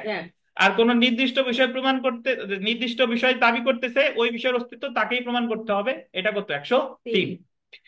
যদি যদি আইনে বিধান থাকে যে কোন নির্দিষ্ট তথ্য কোন নির্দিষ্ট ব্যক্তি কর্তৃক প্রমাণ করতে হবে, তাহলে উক্ত তথ্য প্রমাণের দায়ভার উক্ত ব্যক্তির উপর বর্তায়। কোন ব্যক্তি কোন নির্দিষ্ট তথ্য প্রমাণ করতে চাইলে তাকে অবশ্যই তা প্রমাণ করতে হবে। যেমন ভাড়া হিসেবে, আন্ডারলাইন করেন, ভাড়া হিসেবে প্রদত্ত অর্থ প্রমাণ করার দায়িত্ব ভাড়াটিয়ার। যদি পরীক্ষায় প্রশ্ন আসে যে ভাড়া হিসেবে প্রদত্ত অর্থ প্রমাণ করার দায়িত্ব ভাড়াটিয়া, এটা কত দ্বারা? কত দ্বারা বলেন? 103। তো 103 আমরা সবাই প্লি অফ এলিবি জানি, বাট 103 কিন্তু অন্য কিছুর সাথে উদাহরণগুলো মনে রাখতে হবে। এখান থেকে সরাসরি উদাহরণ থেকেই প্রশ্নগুলা আসে। অন্যত্র থাকার অজুহাত, প্রুফ অফ এলিবি বা প্লি অফ এলিবি। প্লি শব্দের অর্থ হলো অজুহাত, এলিবি অর্থ, এলিবি অর্থ হলো অন্যত্র থাকার অজুহাত। এলিবি মানে হচ্ছে এলসওয়্যার। দেখেন, অপরাধের দায়ে অভিযুক্ত ব্যক্তি এই মর্মে আত্মপক্ষ সমর্থন করে দাবি করে যে অপরাধ সংঘটনের সময় তিনি স্থানে ছিলেন না বরং অন্যত্র ছিল। সাক্ষ্য আইনের 103 ধারা অনুযায়ী অন্যত্র থাকার অজুহাত বা এলিবি প্রমাণের দায়ভার দাবি উপস্থাপনকারী বা অভিযুক্ত ব্যক্তির উপর বর্তায়। যে বলে যে আমি অন্যত্র ছিলাম এটা তাকেই প্রমাণ করতে হবে। এখন বিগত বছরের প্রশ্নটা একটু দেখেন। বিগত বছরের প্রশ্ন যে আরিফ আদালতকে বিশ্বাস করাতে চায় যে বিথিকা চুরির কথা চন্দনের নিকট স্বীকার করেছে, এক্ষেত্রে প্রমাণের দায়ভার কার? বিথিকা যে আসলেই স্বীকার করছে কিনা এটা কে প্রমাণ করবে? আরিফ প্রমাণ করবে। কত ধারায়? 103। আর এই সেম উদাহরণটা যদি এরকম হতো যে আরিফ মানে বিথিকা চুরি করছে এই মর্মে বিথিকার শাস্তি দাবি করে বিথিকার বিরুদ্ধে মামলা করছে, 101 তাহলে প্রমাণের এটা দায়ভার। কার প্রমাণ করতে হবে? 101। বুঝছেন? আর চুরির কথা স্বীকার করলে কত? 103। 103। বা অন্যত্র থাকার অজুহাত প্রাসঙ্গিক 11 ধারায়, আর অন্যত্র থাকার অজুহাত তাকেই প্রমাণ করতে হবে, এটা কত? 103। 103। তো আমাদের একটু বিরতি, বিরতি শেষে আবার আমরা নামাজের বিরতি শেষে আবার আমরা ক্লাসে ফেরত আসবো ইনশাল্লাহ। আচ্ছা দেখেন, ধারা 104, ধারা 104 সাক্ষ্য গ্রহণযোগ্য করার জন্য যে ঘটনা প্রমাণ করা প্রয়োজন তা প্রমাণের দায়ভার। আপনি যেটা দাবি করেছেন সেটা গ্রহণযোগ্য করার জন্য যদি অন্য কোনো বিষয় প্রমাণ করার দরকার হয়, তাহলে সেই বিষয়টা আপনাকেই প্রমাণ করতে হবে। দেখেন, যদি কোনো তথ্যের আন্ডারলাইন করবেন, প্রাসঙ্গিকতা বা গ্রহণযোগ্যতা অন্য কোনো তথ্যের উপর নির্ভর করে। এই গ্রহণযোগ্যতা বা প্রাসঙ্গিকতা মানে আপনি একটা কথা দাবি করেছেন, একটা জিনিস আদালতে বলেছেন, কিন্তু ওই দাবিটার গ্রহণযোগ্যতা নির্ভর করতেছে আর একটা ঘটনার উপর। তাহলে উক্ত তথ্য প্রমাণ দাখিলের দায়ভার সেই ব্যক্তির উপর বর্তায় যিনি এই ধরনের প্রমাণ দাখিল করতে ইচ্ছুক। যেমন আন্ডারলাইন করেন, মৃত্যুকালীন ঘোষণা আপনি প্রমাণ করতে চান, আপনি বললেন যে অমুক ব্যক্তি মারা যাওয়ার পূর্বে আমার কাছে মৃত্যুকালীন ঘোষণা দিয়ে গেছে, বাট আপনি যদি তার মৃত্যুকালীন ঘোষণাটা প্রমাণ করতে চান, মৃত্যুকালীন ঘোষণার গ্রহণযোগ্যতা নির্ভর করতেছে যে সে আসলেই কি মারা গেছে কিনা, তা সে যে আসলে মারা গেছে এটা আপনাকেই প্রমাণ করতে হবে। মৃত্যুকালীন ঘোষণা প্রাসঙ্গিক এবং গ্রহণযোগ্য হবে যদি ঘোষণাকারী মৃত হয়, অর্থাৎ মৃত্যুকালীন ঘোষণাটির গ্রহণযোগ্যতা নির্ভর করছে ঘোষণাকারী মৃত কিনা সেই তথ্যের উপর। এখন ঘোষণাকারী মৃত কিনা তা প্রমাণের ভার সেই ব্যক্তির উপর বর্তাবে যে মৃত্যুকালীন ঘোষণা সাক্ষ্য হিসেবে দিতে চাই। আমরা 104 ধারায় এইভাবে মনে রাখবেন, যদি কোনো তথ্যের গ্রহণযোগ্যতা বা প্রাসঙ্গিকতা অন্য কোনো ঘটনার উপর নির্ভর করে, তাহলে সেই ঘটনা যে ওই তথ্যটা দাবি করতেছে তাকেই প্রমাণ করা লাগবে। এই জায়গায় দুইটা উদাহরণ মনে রাখবেন, এক মৃত্যুকালীন ঘোষণা, দুই একজন মৃত্যুকালীন ঘোষণার উদাহরণ আর দিলাম না, যে একজন মারা যাওয়ার আগে ডাক্তারের কাছে বলে গেছে হুম। যে ডিপ জল মিশা সওদাগর তাকে মেরেছে, তো সে মারা গেছে। পরে ডাক্তার যদি তার মৃত্যুকালীন ঘোষণা প্রমাণ করতে চায়, ডাক্তারকে আগে দেখাতে হবে যে সে আসলেই মারা গেছে। গেছে। আর একটা 104-এর আর একটা উদাহরণ, সেটা হলো যে হাফিজ ধরেন উনি একটা ওই দলিল আদালতে ফটোকপি দিছে, এবং উনি বলতেছে, আদালত বলতেছে যে অরিজিনাল কপি কই, উনি বলতেছে যে ওর ওনার অরিজিনাল কপি হচ্ছে ইয়া হয়ে গেছে, অরিজিনাল কপি হারাই গেছে। তো আদালত বলবে যে অরিজিনাল কপি যে হারাইছে আগে সেটা প্রমাণ করেন, তারপর হলো ফটোকপি নিব। হুম। তো ওনাকে আগে প্রমাণ করতে হবে যে অরিজিনাল কপি আসলেই কি বলেন হারাই গেছে। তাহলে অরিজিনাল কপি যে হারাই গেছে এটা কিভাবে উনি প্রমাণ করতে পারে সেটা ওই ওনার ব্যাপার, বাট উনি প্রমাণ করতে পারে যে এর ওনারে যেদিন হারাইছে দেখেন আমি থানায় জিডি করছি, তার মানে কি আসলেই হারাই গেছে। হারাইছে। তো এটা দেখানো যেতে পারে। এই যে বিগত বছরের প্রশ্ন, তাহলে আপনি 104 মনে রাখবেন কি দিয়ে বলেন তো? মৃত্যুকালীন ঘোষণা আর দলিল হারাই গেছে, এই দিক দিয়ে 104 আচ্ছা। মনে রাখবেন। বিগত বছরের প্রশ্ন, বি একটি হাসপাতালে চিকিৎসার দিন থাকা অবস্থায় মৃত্যুবরণ করে, এ বি এর মৃত্যুকালীন ঘোষণা প্রমাণ করতে চাই। এখানে এ কে অবশ্যই প্রমাণ করতে হবে কি বলেন? বি এর মৃত্যু। কত দ্বারা? 104। আচ্ছা, ওই আপনারা একটু চলে এসেই দেখেন, আমরা এখানে যেটা একটু 103 শুধু ফৌজদারি না, 103 দেওয়ানি ফৌজদারি উভয়। কোন মানে 103 ওই যে আপনার ওইটা যে সে অন্য জায়গায় আছে, এটা তো ফৌজদারি মামলায় ও দেওয়ানি মামলায় সে বলতে পারে আর কি। 9 নাম্বারটা দেখেন, 9 নাম্বার, ক একটি হারিয়ে যাওয়া দলিলের বিষয়বস্তু মাধ্যমিক সাক্ষ্য দ্বারা প্রমাণ করতে ইচ্ছুক। তাহলে ক কে অবশ্যই প্রমাণ করতে হবে কি বলেন? দলিলটি দিয়ে গেছে। জি। হুম। তারপরে আহ এখানে একটু দেখেন, আচ্ছা আমরা সরাসরি 105-এ চলে আসি। 105, অভিযুক্ত ব্যক্তির মামলাটি যে গোল দিবেন ব্যতিক্রমের মধ্যে পড়ে তা প্রমাণের দায়ভার। এই 105 ধারাটা শুধু ফৌজদারি মামলার ক্ষেত্রে প্রযোজ্য। কত ধারা? 105। আর অন্যান্য মোটামুটি সকল ধারা ফৌজদারি দেওয়ানি সবকিছুর ক্ষেত্রেই প্রযোজ্য, বাট 105 ধারাটা শুধুমাত্র কোন মামলা? ফৌজদারি মামলা। Burden of proving that case of accused comes within exceptions, আমরা যখন দণ্ডবিধি পড়েছি তখন আমরা সাধারণ ব্যতিক্রম সম্পর্কে বিস্তারিত ধারণা লাভ করেছি। সাধারণ ব্যতিক্রমের সংজ্ঞা যদি আবার আপনাদের দিতে বলি আবার 5 মিনিট নষ্ট হবে না। সাধারণ ব্যতিক্রম হলো যে জিনিসটা, যে কাজটা আপাত দৃষ্টিতে অপরাধ বলে মনে হয় কিন্তু প্রকৃতপক্ষে অপরাধ নয়। যে দাবি করে যে অপরাধ নয় এটা তাকেই প্রমাণ করতে হবে। ধরেন ডাক্তারের বিরুদ্ধে মামলা হয়েছে, সে রোগীরে মেরে ফেলছে, বা ডাক্তার বলতেছে যে আমি আমার আইনগত দায়িত্ব পালনকালে সর্ববিশ্বাসে তার কল্যাণার্থে কাজ করছি, তো আমি এই জায়গায় রোগীর সম্মতি নিছিলাম বা রোগীর অভিভাবকের সম্মতি নিছিলাম, তো আমি এই জায়গায় অব্যাহতি পাবো 88, 89, অথবা কারো সম্মতি না যদি ডাক্তার না নিয়ে থাকে তাহলে দণ্ডবিধির 92 ধারায়। তবে এটা তো সে সাধারণ ব্যতিক্রমের সুবিধা নিল, বাট সাক্ষ্য আইনের 105 ধারায় বলছে যে সাধারণ ব্যতিক্রম যে দাবি করবে তাকে। তাকেই সেটা প্রমাণ করতে হবে। তো সাধারণ ব্যতিক্রম আমাদের দণ্ডবিধির বেশ কয়েক জায়গায় আছে, একটু পড়ি দেখেন। সাক্ষ্য আইনের 105 ধারায় নিম্নলিখিত বিষয়গুলো প্রমাণের দায়ভার দাবি উপস্থাপনকারী, এই যে দেখেন, আসামি বা অভিযুক্ত ব্যক্তির উপর বর্তায়। দেওয়ানি মামলায় কখনো কি হয় না? আসামি হয় না। দণ্ডবিধির আন্ডারলাইন করবেন, 76 থেকে 106 ধারায় অধীন সাধারণ ব্যতিক্রম, অর্থাৎ অপরাধটি যে দণ্ডবিধির সাধারণ ব্যতিক্রমের মধ্যে পড়ে তা অভিযুক্ত ব্যক্তিকে প্রমাণ করতে হবে। দণ্ডবিধির অন্য কোনো অংশে উল্লেখিত বিশেষ ব্যতিক্রম, যেমন হত্যার অপরাধটি যে দণ্ডবিধির 300 ধারায় উল্লেখিত ব্যতিক্রমের মধ্যে পড়ে, তা আসামিকেই প্রমাণ করতে হবে। আমরা জানি 300 ধারায় অ্যাকচুয়ালি ব্যতিক্রম 5টা নাই, 300 ধারায় ব্যতিক্রম কিন্তু 8টা আছে। আটটা, মানে হ্যাঁ 5টা আছে যে কখন নিন্দনীয় নরহত্যা খুন বলে গণ্য হবে না। হবে না, আর প্রথম ব্যতিক্রমের আবার 3টা ব্যতিক্রম আছে যেখানে বলছে কখন নিন্দনীয় নরহত্যা খুন বলে গণ্য হবে। হবে। বুঝতেন? এছাড়া এটা একটু দেখেন, অপরাধ সংজ্ঞায়িত করে এমন কোন আইনে উল্লেখিত বিশেষ ব্যতিক্রম। সো আমাদের যে সাক্ষ্য আইনের 105 ধারা, এটা কিছু দণ্ডবিধির ক্ষেত্রে প্রযোজ্য নাকি অন্য কোনো ক্ষেত্রেও প্রযোজ্য? অন্য আইনে যদি সাধারণ ব্যতিক্রমের বিধান থাকে, অন্য আইনের ক্ষেত্রেও কি বলেন প্রযোজ্য। ধন্যবাদ, জেনে রাখা ভালো। তো দেখেন, সাক্ষ্য আইনের 105 ধারা শুধুমাত্র এই যে আন্ডারলাইন পয়েন্ট ফৌজদারি মামলার ক্ষেত্রে প্রযোজ্য। তো এখানে আর বিগত বছরের প্রশ্ন আমি আর বললাম না, আমরা চলে আসি ধারা 106। ধারা 106, তাহলে আপনি 105 মনে রাখবেন কি দিয়ে? সাধারণ ব্যতিক্রম কে প্রমাণ করবে? আসামি জি, আসামি। বিশেষ করে আসামি সাধারণ ব্যতিক্রম দাবি করে, বাদী তোর দাবি করে না। জি, 106 দেখেন, যে ঘটনা বিশেষভাবে কারো গোল দিবেন জানা থাকে, কি বিশেষভাবে কি থাকে, জানা থাকে। তা প্রমাণের দায়িত্ব, burden of proving fact specially within knowledge. সাক্ষ্য আইনের 106 ধারায় বিধান করা হয়েছে, কোন বিষয় আদালতের বিশেষভাবে গোল দিবেন কোন অবগতির মধ্যে থাকে, তখন সেই বিষয় প্রমাণ করার তার উপর ন্যস্ত। কোন ব্যক্তির অবগতির মধ্যে যদি কোনো বিষয় থাকে বা বিশেষভাবে জানা থাকে, তা তাকেই প্রমাণ করতে হবে। আমি বললাম ট্রেনে উঠে যখন আমার কাছে টিকিট চাইলো, আমি বললাম যে আমার কাছে পকেট টকেট খুঁজতেছি, টিকিট নাই। আমি বললাম আমি তো টিকিট কাটছিলাম, খুঁজে পাচ্ছি না। আমি যে আসলেই টিকিট আমার কাছে ছিল, এটা আমাকেই প্রমাণ করতে হবে। হবে। বুঝছেন? কত দ্বারা?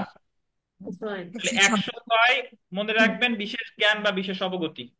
বিশেষ জ্ঞান বা কি বিশ্ব অবগতি বিশেষ অবগতি কত দ্বারা? হবে। 106 106 আর একটা ভালো আছে, সেটা হলো স্বামী স্ত্রী হত্যা মামলা। স্বামী হত্যা মামলা অথবা কি স্ত্রী। স্ত্রী হত্যা মামলা। ধরেন স্বামী স্ত্রী একসাথে আছে, হঠাৎ করে স্ত্রী মারা গেছে, তাহলে নর্মালি স্ত্রী যদি স্বামীকে, ধরেন স্বামী স্ত্রীকে খুন করতে, এর আগে আমরা জানি কি ফৌজদারি মামলা যে দায়ের করবে তার প্রমাণ করতে হবে, আসামির কোনো বাধ্যবাধকতা নাই। নেই নাকি। কিন্তু একটা ব্যতিক্রম হলো স্বামী স্ত্রী হত্যা মামলা। ধরেন স্বামী স্ত্রী একসাথে আছে, স্ত্রী হঠাৎ মারা গেছে, তাহলে এখানে স্বামীর দায়বদ্ধতা আছে যে স্ত্রী কিভাবে মারা গেল এটা ব্যাখ্যা করার। বুঝতে পারছেন? আবার স্বামী স্ত্রী একসাথে আছে, স্বামী মারা গেছে, তাহলে কার দায়বদ্ধতা আছে ব্যাখ্যা করার বলেন তো? স্ত্রী বাধ্য যে স্বামী কিভাবে মারা গেল এটা তার কি করতে হবে, করতে হবে। ব্যাখ্যা করতে হবে, কারণ এটা তার বিশেষ অবগতির মধ্যে ছিল। বুঝতেন? কিন্তু যদি জি এরকম স্যার। হয় যে আহ, স্বামী ধরেন থাকে বিদেশে আর স্ত্রী আছে দেশে, স্ত্রী মারা গেছে, তাহলে এই ক্ষেত্রে কিন্তু স্বামীর কি নাই, বিশেষ অবগতি নাই, এই ক্ষেত্রে কিন্তু বাধ্য না, কারণ স্বামী তার সাথে থাকে না। থাকে না। বুঝছেন? কিন্তু দুইজন একসাথে থাকা অবস্থায় যদি মারা যায়, পরবর্তীতে যদি ওই রিলেটেড মৃত্যু যদি স্বাভাবিক না হয়, ধরেন এমনি সব মারা গেলেই তো আর মামলা হবে না। মামলাটা কখন হয়? অস্বাভাবিক মানালে। যদি স্ত্রীর পক্ষের লোকজন যদি কি হয়, সংক্ষুব্ধ হয়, মনে হচ্ছে যে অমুকি আসলে হত্যা করতে পারে, তো সেই ক্ষেত্রে এই জায়গা যেহেতু স্বামী তার সাথে ছিল, এক্ষেত্রে সাক্ষ্য আইনের 106 দ্বারা বলা হয়েছে এটা অবশ্যই স্বামীকে কি করতে হবে, ব্যাখ্যা করতে হবে। দেখেন স্ত্রী হত্যা মামলা, ওয়াইফ কি। হ্যাঁ বলেন, বলেন। স্যার যে স্বামী যে বিদেশে আছে স্যার, এই ক্ষেত্রেও তো হচ্ছে তার ব্যাখ্যা করতে হবে, কিন্তু এটা প্লি অফ এলইবি আসবে না? হ্যাঁ, সেটা তো আমাদের 106 এর বিষয় না। পিএফ এলএবি হলো 103 এর বিষয়। স্বামী স্ত্রী বুঝি নেই স্যার। আচ্ছা, বুঝতে পারছেন? বিদেশে হ্যাঁ, থাক।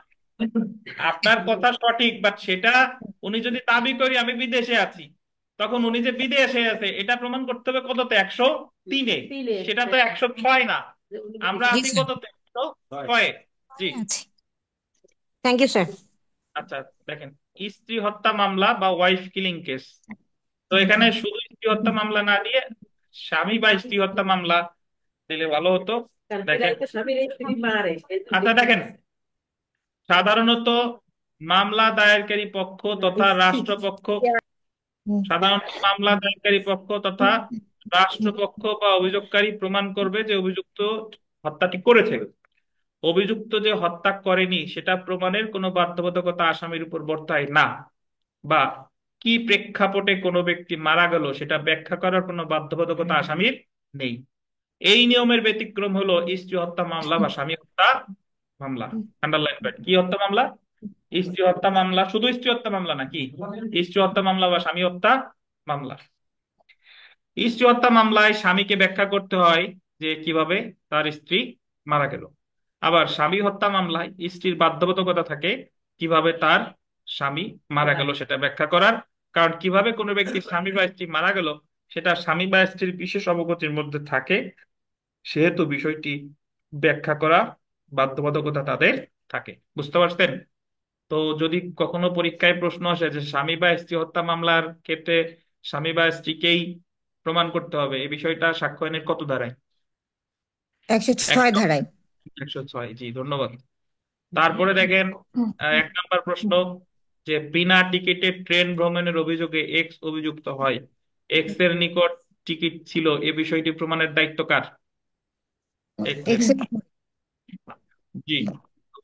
সেলফ প্র্যাকটিসের 1 নম্বর প্রশ্নটা দেখেন, যে burden of proving that case of accused comes within exceptions, accused comes within exception, exception দেখলেই ব্যতিক্রম আসলেই কত? 105।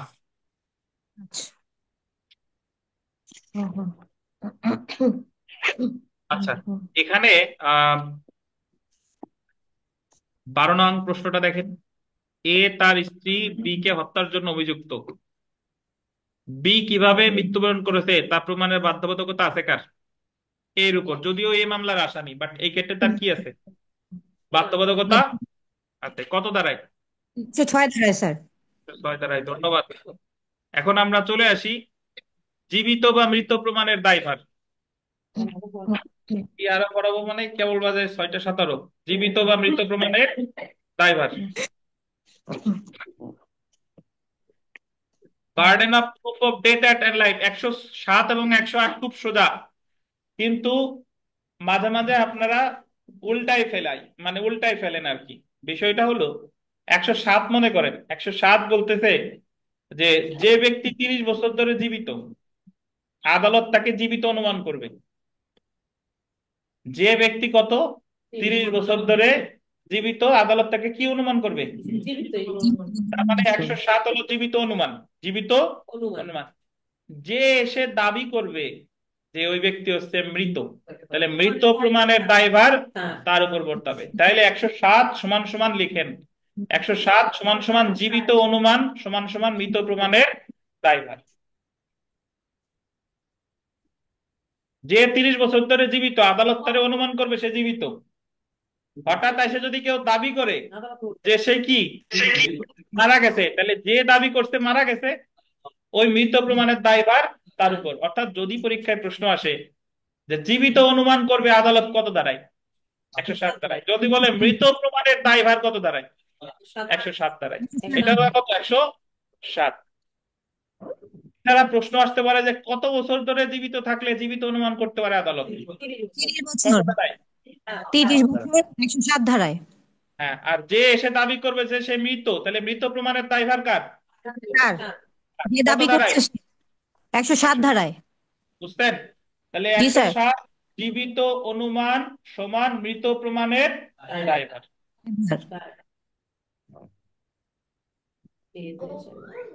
এখন যদি কোনো ব্যক্তি 7 বছর ধরে নিখোঁজ, কত বছর?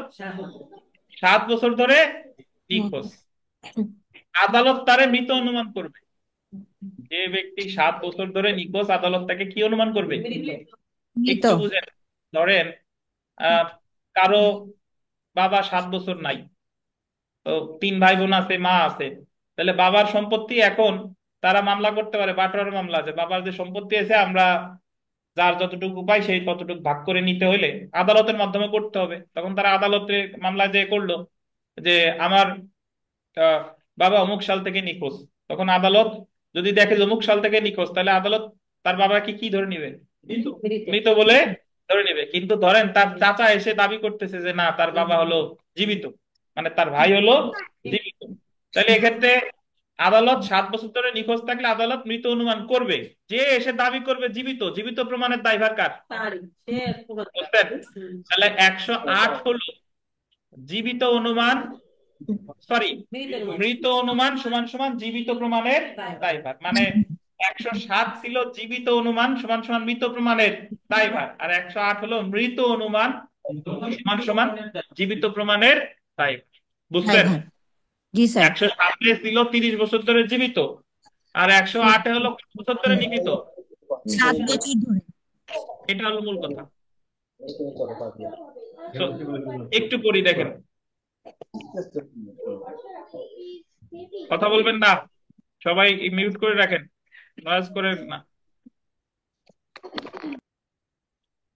আচ্ছা দেখেন, যখন প্রশ্ন হলো কোন ব্যক্তি জীবিত না মৃত, সেই ব্যক্তি উক্ত ব্যক্তি জীবিত না মৃত তা প্রমাণের দায়ভার কার, তা 107 ও 108 ধারায় বলা হয়েছে। সাক্ষ্য আইনের 107 ধারায় আন্ডারলাইন করেন মৃত প্রমাণ, প্রুফ অফ ডেথ। 107 ধারায় কি? মৃত অনুমান, প্রুফ অফ ডেথ। এবং 108 ধারায় জীবিত প্রমাণের দায়ভার, প্রুফ অফ কি, অ্যালাইভ, এটা আলোচনা করা হয়েছে। আমরা সাথে চলে আসি ধারা 107, যে মৃত প্রমাণের দায়ভার, burden of proof of death. বিগত 30 বছরের মধ্যে, এটা গোল্ডেন, 30 বছরের মধ্যে যে লোক গোল দিবেন জীবিত ছিল, সেই লোক যে, সেই লোককে যে ব্যক্তি গোল দিবেন মৃত বলে দাবি করে তাকেই প্রমাণ করতে হবে যে উক্ত ব্যক্তি মৃত। মৃত। অর্থাৎ 107 ধারায় বিগত 30 বছর যাবৎ জীবিত ব্যক্তিকে আদালত জীবিত বলে অনুমান করতে বাধ্য। এই ক্ষেত্রে যে ব্যক্তি মৃত বলে দাবি করে তাকেই প্রমাণ করতে হবে যে উক্ত ব্যক্তি মৃত। তাহলে যদি বলে জীবিত অনুমান, কত ধারা? 107। যদি বলে মৃত প্রমাণের দায়ভার, কত? 107। 107। বলে কত বছর ধরে জীবিত? 30 বছর। কত? 107। জি। 108 দেখেন, জীবিত প্রমাণের দায়ভার, burden of proof of alive, burden of proof of alive. যে ব্যক্তি গোল দিবেন 7 বছর যাবত কোনো সংবাদ পাওয়া যায় না যে ব্যক্তি সম্পর্কে। বলেন তো, যদি কারোর স্বামী 7 বছর ধরে নিখোঁজ থাকে, পরবর্তীতে সেই মহিলা যদি বিয়ে করে, হঠাৎ 7 বছর পর হঠাৎ তার স্বামী এসে দেখলো যে মহিলা তার বউ বউ আর একটা বিয়ে করছে, তো ওই স্বামী তার বিরুদ্ধে দ্বিগামিতার মামলা করলে কোনো ফল পাবে কিনা বলে? না, পাবে না, শাস্তি নাই। কারণ 494 ধারায় বলা আছে যদি কারোর স্বামী 7 বছর নিখোঁজ থাকে তার ক্ষেত্রে কিন্তু 494 ধারাটা প্রযোজ্য হবে না। না। বুঝছেন? জি স্যার। তো যে ব্যক্তি সম্পর্কে 7 বছর যাবত কোনো সংবাদ পাওয়া যায় নাই, সে জীবিত আছে, তা প্রমাণের দায়িত্ব সেই ব্যক্তির উপর বর্তায় যে দাবি করে যে উক্ত ব্যক্তি কি বলেন, জীবিত। জীবিত। 108 ধারা অনুযায়ী 7 বছর যাবত খবর পাওয়া যায় না এমন ব্যক্তিকে আদালত মৃত অনুমান করতে বাধ্য। এই ক্ষেত্রে যে ব্যক্তি দাবি করে যে উক্ত ব্যক্তি জীবিত আছে তাকেই প্রমাণ করতে হবে যে উক্ত ব্যক্তি কি আছে, জীবিত জীবিত। আছে। আমরা এখানে উদাহরণে চলে এসি। উদাহরণটা দেখেন, বিগত 18 থেকে 20 বছর যাবত আরিফের কোনো খবর পাওয়া যায় নাই। আরিফের সম্পত্তি তার ফ্ল্যাটিয়ানদের মধ্যে বন্টনের জন্য তার উত্তরাধিকারীরা মোকদ্দমা দায়ের করে।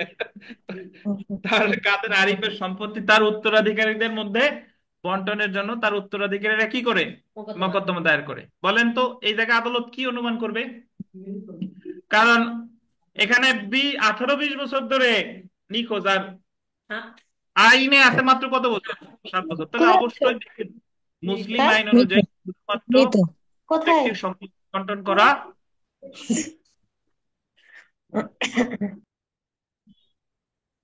মুসলিম আইন অনুযায়ী শুধুমাত্র মৃত ব্যক্তির সম্পত্তি বন্টন করা যায়। এই ক্ষেত্রে প্রমাণ করতে হবে যে আরিফ মৃত। যেহেতু 18 থেকে 20 বছর যাবত আরিফের কোনো খবর পাওয়া যায় নাই, তাই 108 ধারা অনুযায়ী আদালত অনুমান করতে পারে যে আরিফ কি, মৃত। এই ক্ষেত্রে বিরোধী পক্ষ যেমন বি যদি দাবি করে যে আরিফ জীবিত, তাহলে বি কে প্রমাণ করতে হবে যে আরিফ কি আছে, জীবিত জীবিত আছে। আছে। এটা কত ধারার উদাহরণ? 108। 108। 108। মুসলিম আইনের ভালো বই হবে কোনটা? মানে একটা বললে কিন্তু ভালো হয়ে যাবে, ভালো লাগবে। ইকরামুল হক।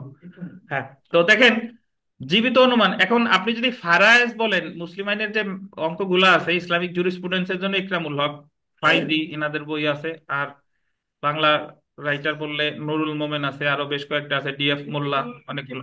এটা পরে বলবানি। দেখেন জীবিত অনুমান দেখেন তো, যদি পরে বলে জীবিত অনুমান সমান সমান মৃত প্রমাণের দায়ভার কত ধারা? 107। আর মৃত অনুমান সমান সমান জীবিত প্রমাণের দায়ভার এটা কত ধারা? 8 108 ধারা। ধারা। তো বিগত বছরের প্রশ্নটা দেখেন যে একজন ব্যক্তি জীবিত মর্মে যে দাবি করে তাকেই প্রমাণ করতে হবে, যদি ওই ব্যক্তির কোনো সংবাদ পাওয়া না যায়। কত বছর? 7 বছর। 7 7 বছর বছর। নাকি? বুঝতেন? জি স্যার। তাহলে আপনি জি। যদি মূল থিমটা বুঝেন, 107 থেকে পেঁচাই টেঁচাই অনেক প্রশ্ন হতে পারে, কিন্তু আপনার কনসেপ্ট ক্লিয়ার থাকলে হুম। পারা যাবে। 107 মানেই 30 বছর জীবিত। ধরে জীবিত আছে, আদালত জীবিত অনুমান করবে, যে এসে বলবে মৃত, আদালত সেই মৃত প্রমাণের দায়ভার তার। নারী। 108 মানে যে 7 বছর ধরে নিখোঁজ, আদালত তারে মৃত কি করবে? অনুমান করবে। মৃত। যে এসে দাবি করবে জীবিত, জীবিত প্রমাণের দায়ভার তার। কথা শেষ। প্রায় আমরা শেষ পর্যায়ে আসছি। 109 ধারাটা একটু দেখবো। 14 নম্বর প্রশ্ন দেখেন। 109 আলাদা করে আলোচনা করা নাই, বাট 14 নম্বর প্রশ্ন যদি একটু দেখি আমরা, দেখেন যে অংশীদার গণের মধ্যে যে অংশীদারমূলক সম্পর্ক বিদ্যমান, তখন যে লোক দাবি করে উপরোক্ত লোকদের মধ্যে অনুরূপ সম্পর্ক নাই অথবা অনুরূপ সম্পর্ক অবসান হয়েছে তা প্রমাণ করার দায়িত্ব এমন সম্পর্ক নেই বলে যে দাবি করে তার। একটু বুঝেন। অংশীদারমূলক ব্যবসা করে, পার্টনারশিপ ব্যবসা করে, হাফিজ, সুমন সেন যারা আছেন মনে করেন 10 জনে মিলে পার্টনারশিপ ব্যবসা করে, হঠাৎ একজন দাবি করতেছে যে অমুক আমার পার্টনার না। তো যে দাবি করে যে অমুক আমার পার্টনার না, এটা কার প্রমাণ করা লাগবে? তো পরীক্ষায় এখানে প্রশ্ন আসবে যে অংশীদারত্বমূলক সম্পর্কের ক্ষেত্রে যে অংশীদারত্বমূলক সম্পর্ক নাই, এটা প্রমাণ করবে কে? যে দাবি করবে সে। কত দ্বারা? 109। 9। আচ্ছা, ব্যাখ্যা দেখেন। ব্যাখ্যাটা দেখেন, যখন প্রশ্ন হলো অংশীদারগণের মধ্যে, যেরকম জমিদার ও প্রজার মধ্যে, মালিক ও প্রতিনিধির মধ্যে বিদ্যমান সম্পর্ক আছে কিনা, তখন যে দাবি করে এমন সম্পর্ক নাই বা এমন সম্পর্কের অবসান হয়েছে, তখন তাকেই প্রমাণ করতে হবে উক্ত ব্যক্তিদের মধ্যে এমন অনুরূপ সম্পর্ক নাই। কে কে বলেন? জমিদার কে? প্রজা। মালিক ও কি? প্রতিনিধি। তো পরীক্ষায় যদি এইভাবে প্রশ্ন আসে যে প্রজা যদি দাবি করে জমিদারের সাথে তার সম্পর্ক নেই, এটা প্রজাকেই প্রমাণ করতে হবে। কত দ্বারাই? সাক্ষ্য এনে 109 কত ধারা। দ্বারাই? 109। 109। জি জি জি জি। অসুস্থ। আমার ওই দাদা বড় ভাই স্যার ইন্ডিয়ায়, হুম। তাহলে ওটিটি নেবে আমার 5 মিনিটের মধ্যে মানে এই জায়গাতে গেছে। দেখ আপনি সামনে সাবধানে যেন, সাবধানে নামেন। দেখেন তো 15 নম্বরটা দেখেন, সাক্ষ্য আইনের ড্যাশ দ্বারায় মালিকানা প্রমাণের দায়িত্ব সম্পর্কে আলোচনা করছে। দেখেন 110। 110-এর মূল কথা হলো যে যদি কোনো ব্যক্তি কারো মালিকানা অস্বীকার করে, আমি যদি বলি যে এই এই মোটরসাইকেলটার মালিক সুমন সেন না, যে অস্বীকার করবে তাকেই প্রমাণ করতে হবে। আমি যদি বলি যে আসমা খানম ওই বিল্ডিং এর মালিক না, যে দাবি করবে যে অস্বীকার করবে, মালিকানা অস্বীকার করবে, তাকেই প্রমাণ করতে হবে। এটা কত? 110। তো 10। অংশীদারিত্বের সম্পর্ক অস্বীকার 109, আর মালিকানার সম্পর্ক অস্বীকার কত? 110। 10। এই যে দেখেন, আমরা 16 নম্বর প্রশ্নটা দেখি যে করিম একটি জমির দখলে আছে। খবির দাবি করে যে করিম উক্ত জমির মালিক না, বাট করিম অলরেডি কিসে আছে? দখলে আছে। এখানে করিম উক্ত জমির যে মালিক না তা প্রমাণের দায়িত্ব কার? যে দাবি করতে মালিক না তাকেই প্রমাণ করতে হবে। ব্যাখ্যাটা দেখেন, যে ব্যক্তির দখলে কিছু আছে বলে দেখানো আছে, সেই ব্যক্তি উক্ত জিনিসের মালিক কিনা এই প্রশ্ন উঠলে দখলকারী ব্যক্তি যে মালিক না তা প্রমাণের দায়িত্ব সেই ব্যক্তির উপর বর্তায় যে ব্যক্তি দাবি করে যে দখলকারী ব্যক্তি এই জিনিসের মালিক না। যেহেতু খবির দাবি করে যে করিম উক্ত জমির মালিক না, তাই তা প্রমাণের দায়িত্ব খবিরের উপর বর্তায়। কত দ্বারা? 110। 110। আচ্ছা 111 আজকে শেষ ধারাটা আমরা একটু পড়বো। 111 ধারাটা আমি একটু যদি ব্যাখ্যা দিই শুনেন। আমাদের মাঝে কিছু কিছু সম্পর্ক আছে সক্রিয় আস্থার। কিসের আস্থার বলেন? সক্রিয় আস্থা। সক্রিয় আস্থা আসলে কাকে বলে? ওইটা খোল, মাঝেরটা খুলে ফেলো কেটলি। সক্রিয় আস্থা হলো যে যে জায়গায় একজন আরেকজনের উপর প্রভাব বিস্তার করে এবং আরেকজন তার কথাটা অন্ধভাবে বিশ্বাস করে, এটা হলো সক্রিয় আস্থা। কিরকম? পীর মুর্শিদ, পীর যা বলে পীর মুরিদটা, সরি পীররা বলে মুরিদটা অন্ধভাবে কি বিশ্বাস করে। মুরিদদের এমনও আছে যে বলে যে যদি তুমি 5 তলার ছাদ থেকে লাফ দাও তাতে সে লাফ দিতে বাধ্য। বুঝতে পারছেন, এরকম অন্ধবিশ্বাসের একটা সম্পর্ক। আচ্ছা, শিক্ষক ছাত্র, শিক্ষক কি ছাত্র, আইনজীবী মক্কেল, ডাক্তার রোগী, স্বামী স্ত্রী। তো এরকম যে সকল সক্রিয় পিতা পুত্র, পিতা পুত্র সক্রিয় আস্থার সম্পর্ক যদি থাকে, এবং এই ক্ষেত্রে আহ, যদি কেউ প্রশ্ন উঠে, ধরেন আমরা সুনির্দিষ্ট প্রতিকার আইনে একটা প্রশ্ন পড়াইছিলাম, মানে 35 ধারা একটা উদাহরণ ছিল যে একজন অ্যাটর্নি, মানে একজন উকিল সাহেব হিন্দু বিধবারে বলে যে তুমি তোমার জমি তাড়াতাড়ি আমার নামে দিয়ে দাও, কারণ এই মামলায় হারলে এই জমি তোমার পাওনাদারকে দিতে হবে না, তার চেয়ে তুমি দিবা কার নামে, আমার নামে। তো সিস্টেম করে আইনজীবী হিন্দু বিধবার জমি ওনার নামে লিখে নিতে। এখন হিন্দু বিধবার প্রতিকার ছিল ওই ক্ষেত্রে চুক্তি রোধের মামলা করা, রেসিশন অফ কন্ট্রাক্ট। তো হিন্দু বিধবা যদি এই ক্ষেত্রে বলে যে আমার সরল বিশ্বাসের সুযোগ নিয়ে উকিল সাহেব আমার জমি লিখে নিয়ে গেছে, তো আমরা নর্মালি জানি যে তার এই মামলাটা কাকেই প্রমাণ করতে হবে, হিন্দু বিধবাকে। ঠিক আছে, কারণ আমরা জানি যে দাবি করবে তাকেই প্রমাণ করতে হবে। কিন্তু দেখেন এই জায়গায় সরল বিশ্বাস দাবি করছে হিন্দু বিধবা, বাট সরল বিশ্বাস আদৌ হিন্দু বিধবার ছিল কিনা এটা প্রমাণ করবে সক্রিয় আস্থার সম্পর্কের ক্ষেত্রে যে উপরে আছে সে। এই জায়গা প্রমাণ করবে কে? আইনজীবী। অর্থাৎ পীর মুর্শিদ, পীর মুরিদ, ডাক্তার রোগী, আইনজীবী মক্কেল, এদের মধ্যে যদি সরল বিশ্বাসের প্রশ্ন উঠে, যেই দাবি করুক না কেন প্রমাণ করবে কে? প্রথম জন, পীর, ডাক্তার, আইনজীবী, পিতা, স্বামী। বুঝতে পারছেন? শিক্ষক। যদি জি ছাত্র স্যার। সরল বিশ্বাসের দাবি করে, কিন্তু ছাত্রের প্রমাণ করা লাগবে না, করবে কে? শিক্ষক। যদি মুরিদ সরল বিশ্বাসের দাবি করে, প্রমাণ করবে কে? মক্কেল সরল বিশ্বাসের দাবি করলে প্রমাণ করবে কে? গুরু শিষ্য গুরু। বুঝছেন? এক- তো 17 নম্বর প্রশ্নটা দেখেন, জি স্যার। যে সকল লেনদেনের ক্ষেত্রে এক পক্ষের গোল দিবেন সক্রিয় আস্থার বা অ্যাক্টিভ কনফিডেন্সের সম্পর্ক, সেক্ষেত্রে সরল বিশ্বাস প্রমাণ সাক্ষ্যয়নের কত ধারায় আছে? 111 অ্যাক্টিভ ধারা। কনফিডেন্স বলতেন, অ্যাক্টিভ কনফিডেন্স মানে কি? সক্রিয় আস্থার সম্পর্ক, সক্রিয় আস্থার সম্পর্ক। 18 নম্বরটা একটু দেখেন, মক্কেল কর্তৃক দায়েরকৃত মামলায় প্রশ্ন হলো সরল বিশ্বাসে মক্কেল কর্তৃক অ্যাটর্নিকে সম্পত্তি বিক্রয় করা হয়েছে কিনা। এই বিক্রয়ের বা লেনদেনের ক্ষেত্রে সরল বিশ্বাসের প্রমাণের দায়ভার কার? অ্যাটর্নির। মক্কেল সরল বিশ্বাস দাবি করতে, বাট প্রমাণ করবে কে? অ্যাটর্নি। অ্যাটর্নি। তো এখানে একটা লেখা আছে, এটা একটু লেখেন, যে লেখেন যে ডাক্তার রোগী, ডাক্তার হাইপেন রোগী, ডাক্তার হাইপেন রোগী, ডাক্তার হাইপেন রোগী, কমা, কমায়কার মা দিয়েন না আবার, গুরু হাইপেন শিষ্য, গুরু হাইপেন শিষ্য, তারপরে কমা, পীর হাইপেন মুরিদ, পীর হাইপেন মুরিদ, কমা, স্বামী হাইপেন স্ত্রী, কমা, পিতা হাইপেন পুত্র, কমা, আইনজীবী হাইপেন মক্কেলের মধ্যে, আইনজীবী হাইপেন মক্কেলের মধ্যে সরল বিশ্বাসের প্রশ্ন উঠলে, সরল বিশ্বাসের প্রশ্ন উঠলে উক্ত সরল বিশ্বাস প্রমাণ করবে, উক্ত সরল বিশ্বাস প্রমাণ করবে। প্রথম জনের নাম লিখবেন, ডাক্তার, গুরু, পীর, স্বামী, পিতা বা আইনজীবী। দুইজন দুইজন লিখছি না? জি তাহলে স্যার। উক্ত সরল বিশ্বাস প্রমাণ করবে লিখবেন প্রথম জন।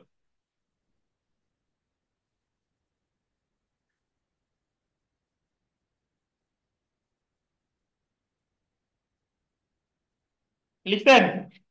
তবে যদি প্রশ্ন উঠতো যে দুই বন্ধু, এক বন্ধু বলতেছে যে আমার সরল বিশ্বাসের সুযোগ নিয়ে অমুক বন্ধু আমার জমি লিখে নিয়ে গেছে, তাহলে এই জায়গা সরল বিশ্বাস কে প্রমাণ করবে বলেন?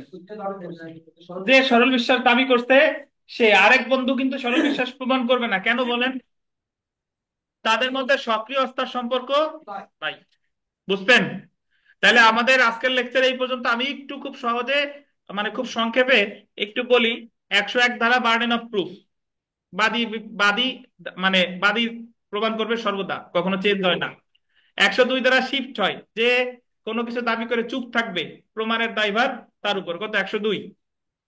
103 ওই যে প্লি অফ এলিবি, অথবা যদি কোনো নির্দিষ্ট বিষয় প্রমাণ করে তাহলে ওই বিষয়ের অস্তিত্ব তাকেই প্রমাণ করতে হবে। দুইটা উদাহরণ, অমুক অমুকের চুরির কথা অমুকের কাছে স্বীকার করছে, এক। আর প্লি অফ এলিবি, এটাও কত 103। 104 কোনো বিষয়ের গ্রহণযোগ্যতা বা প্রাসঙ্গিকতা যদি অন্য বিষয়ের উপর নির্ভর করে সেটা তাকেই প্রমাণ করতে হবে। মৃত্যুকালীন ঘোষণা আর দলিল হারাই গেছে, মাধ্যমিক সাক্ষ্য দ্বারা প্রমাণ করতে চাই, এটা কত 104। 105 সাধারণ ব্যতিক্রম, কি বলেন, সাধারণ ব্যতিক্রম। 106 বিশেষ অবগতির মধ্যে থাকে, ট্রেনের টিকিট বা স্বামী স্ত্রী হত্যা।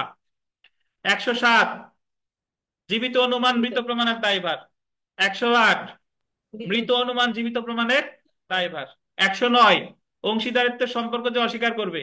110 মালিকানার সম্পর্ক যে অস্বীকার করবে। 111 অ্যাক্টিভ কনফিডেন্স বা সক্রিয় আস্থার ক্ষেত্রে সরল বিশ্বাস যে দাবি করবে তাকেই প্রমাণ করতে হবে, এটা কত 111। তো ধন্যবাদ, আজকে এই পর্যন্তই। এখন আমাদের দণ্ডবিধির পরীক্ষা আছে, পরীক্ষা অংশগ্রহণ করেন। আর আগামী সোমবার ইনশাল্লাহ এই আপনাদের সাক্ষ্য আইনের ক্লাস টেস্ট হবে। আমি একটু সাক্ষ্য আইনের ক্লাস টেস্টের সিলেবাস বলে দিই, সবাই ওই আঙ্গিকে পড়ে আইসেন। সিলেবাসটা হলো ওই আপনি 17 থেকেই পড়বেন, 17 থেকে 58 পর্যন্ত পড়ে আসবেন। 17 থেকে 58, 17 ধারা থেকে কত ধারা, 58 ধারা। সোমবারে, সোমবারে। তো আপনাদের কারো কোনো প্রশ্ন আছে কিনা, না হলে আমরা আজকেই ক্লাস শেষ, এখন পরীক্ষায় চলে যাই সরাসরি।